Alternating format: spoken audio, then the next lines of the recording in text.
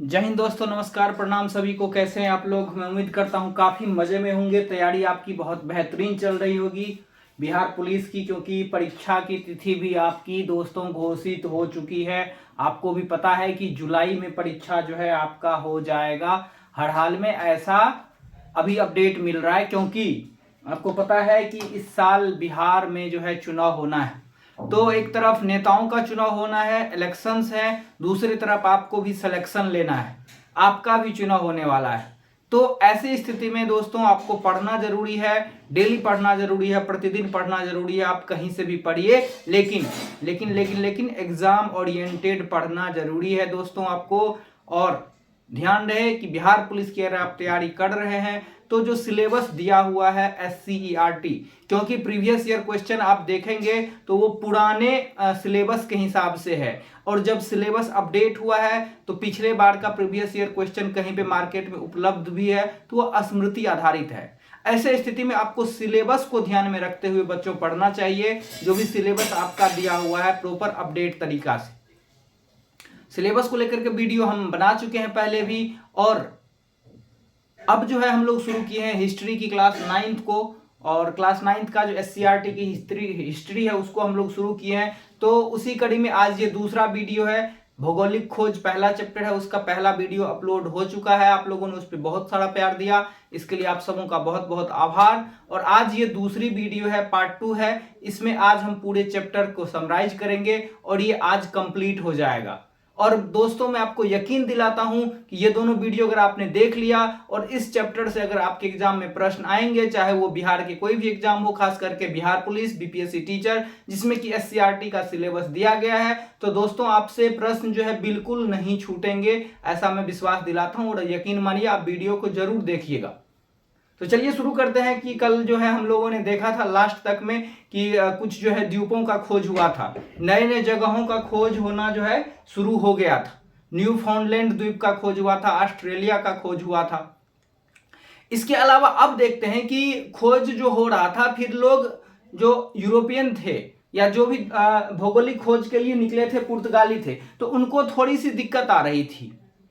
लेकिन बात आई हुआ थोड़ा सा और यूं आगे बढ़ा, और बात आई 1519 ईस्वी में। और 1519 ईस्वी में से लेकर के 1521 ईस्वी तक मेगलन नाम का एक जो है व्यक्ति था।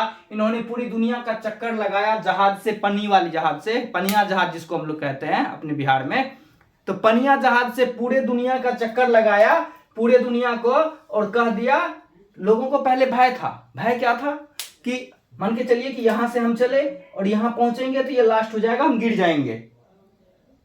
लेकिन 2 साल कंटिन्यू, 3 साल तक जहाज से घूमता रहा, पूरे समुद्र का चक्कर लगाया। और इन्होंने 21 में कह दिया कि जो है पृथ्वी पे जितने भी समुद्र हैं सभी आपस में जुड़े हुए हैं। तो लोगों को जो भय था यहां से हम चलेंगे, यहां डूब जाएंगे, यहां अंत हो जाएगा, ये खत्म हो जाएगी, तो ये चीज उन्होंने क्लियर कर दिया और कह दिया कि जो है सारे समुद्र आपस में मिले हुए हैं। तो ये डर जो है 1921 में, सॉरी 1521 में ये चीजें निकल गई लोगों के मन से, और ये चीजें साबित कर दिया इन्होंने। उसके के बाद उसके जस्ट बाद ही भौगोलिक खोजें धराधर और भी होने लगी।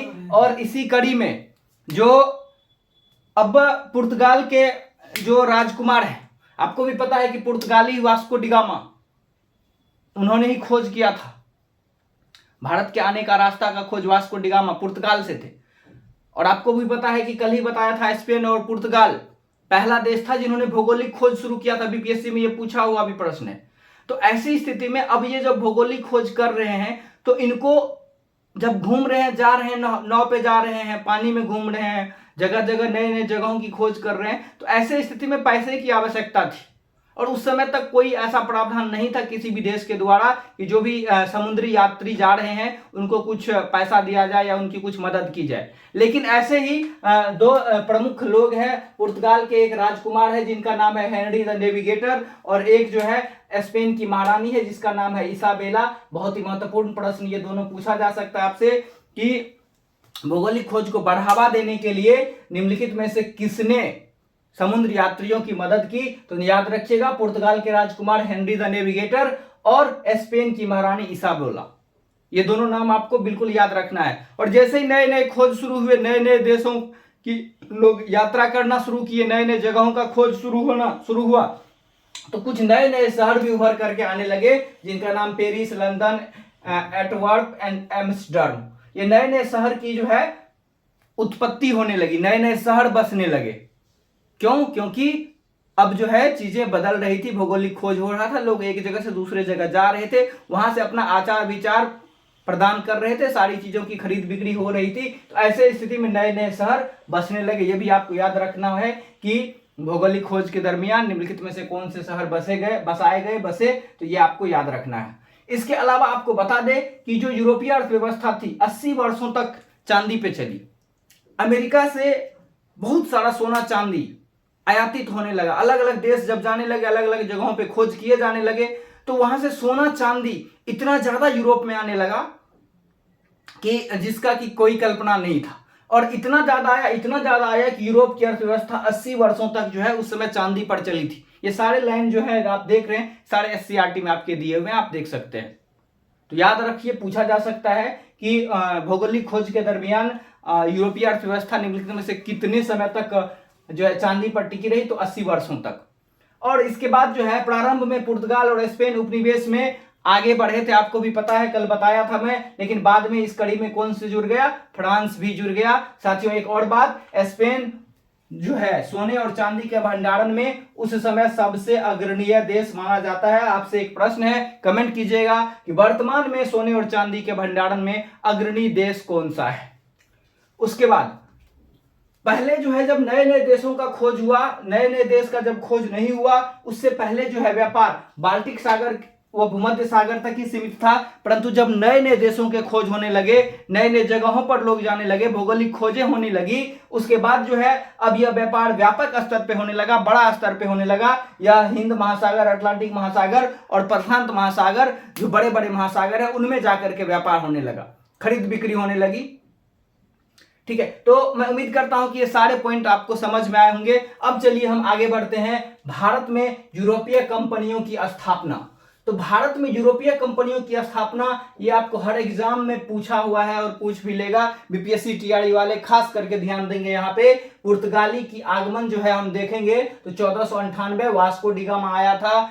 अंग्रेजी ईस्ट इंडिया कंपनी की जो देखे तो ये 1600 ईस्वी में। उसके बाद डच जस्ट 2 साल के बाद 1602 ईस्वी में। डेनिश याद रखना है 1616, फ्रांसीसी 1664 और स्वीडिश 1731 ईस्वी में। याद रखिएगा दोस्तों, ये यूरोपीय कंपनी की स्थापना का क्रम और वर्ष है। लेकिन यही आगमन अगर देखे तो आगमन में ये दोनों आपस में क्या होगा? इंटरचेंज हो जाएगा। यानी कि पुर्तगाल पहले आगमन भी है और स्थापना भी है, और ये डच जो है दूसरे नंबर पे चले जाएगा, फिर ब्रिटिश, फिर डेनिश, फिर फ्रांसीसी और स्वीडिश। बस इन दोनों को आपस में इंटरचेंज कर देना है, बाकी और कोई भी चेंज नहीं है। स्थापना और आगमन का क्रम लगभग दोनों का क्रम सेम ही है। तो दोस्तों इस चैप्टर से जुड़े हुए जो भी जानकारी थी, जो भी महत्वपूर्ण चीजें थी, उसको सारे को मैंने आपके सामने रख दिया। अब दोनों वीडियो आप देखिएगा, तो इस चैप्टर से कोई भी प्रश्न आप कोई भी एग्जाम दीजिएगा तो नहीं छूटेंगे, ऐसा मैं उम्मीद करता हूं। फिर भी अगर कोई डाउट है कोई, तो आप कमेंट जरूर कीजिएगा। इसके अलावा कुछ और पॉइंट्स जो है आप चाहें तो याद रख सकते हैं। इसमें मैं बता दूं कि उत्तर माशा अंतरीप, आपसे प्रश्न पूछा जा सकता है कि उत्तर माशा अंतरीप जो है उत्तरी अमेरिका किस भाग में है? तो सबसे दक्षिणतम भाग में है। उत्तर माशा अंतरीप किस भाग में है? तो सबसे दक्षिणतम भाग में है। केरावल्य क्या था? कल मैं बताया था, कल के क्लास में। तो आपको याद रखना है कि केरावल्य छोटे और तेज चलने वाले हल्के जहाज थे। आपको बताया था खांचा पद्धति, नाव जो विकसित हुआ था, विकसित फॉर्म में था, उसी को खांचा पद्धति कहा गया। एस्ट्रोलॉब के बारे में आपको बताया था कल के क्लास में, अक्षांश जानने का यह एक उपकरण था एस्ट्रोलॉब। तो ये सारी चीजें आपको जो है आई थिंक याद होगा, और नहीं होगा तो आई बटन पे आपको लिंक दिखेगा, वीडियो वो देख लीजिए पार्ट 1 और पार्ट 1 पार्ट 2 दोनों देखने के बाद आपको सारी चीजें इत्मीनान से याद हो जाएगी, सारी चीजें क्लियर हो जाएगी, ऐसा मैं उम्मीद करता हूं। फिर भी कहीं पे कोई डाउट है किसी तरह का तो कमेंट सेक्शन हमारा ओपन है, बिल्कुल आप कमेंट कीजिए, हमें आपके कमेंट का हमेशा से इंतजार रहता है। तो आज जो है आपके क्लास 9th का चैप्टर फर्स्ट कंप्लीट हो गया। बहुत ही जल्द हम अगले वीडियो में अगले चैप्टर के साथ मिलेंगे। इसी बीच में आपका बिहार स्पेशल भी हम शुरू करने वाले हैं। तो साथियों, जानकारी कैसे लगी, वीडियो कैसे लगी, कमेंट जरूर कीजिएगा। चलिए फिर मिलते हैं अगले अपडेट में, अगले किसी ऐसे ही मजेदार इंफॉर्मेशन के साथ। तब तक के लिए अपना पढ़ाई आप जारी रखिए और मस्त होकर पढ़ते रहिए। जय हिंद, जय भारत।